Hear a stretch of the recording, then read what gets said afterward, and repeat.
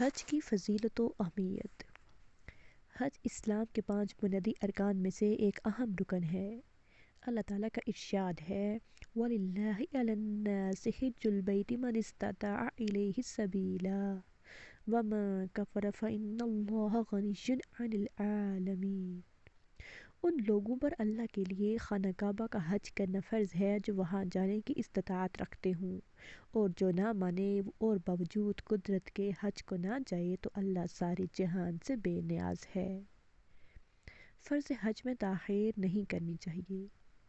رسول اللہ صلی اللہ علیہ وسلم نے فرمایا، فریضہ حج ادا کرنے میں جلدی کرو کیونکہ کسی کو نہیں معلوم کہ اسے کیا عذر پیش آ جائے۔ رسول اللہ صلی اللہ علیہ وسلم نے فرمایا، جس شخص کو کسی ضروری حاجت یا ظالم بادشاہ یا شدید مرض نے حج سے نہیں روکا اور اس نے حج نہیں کیا اور مر گیا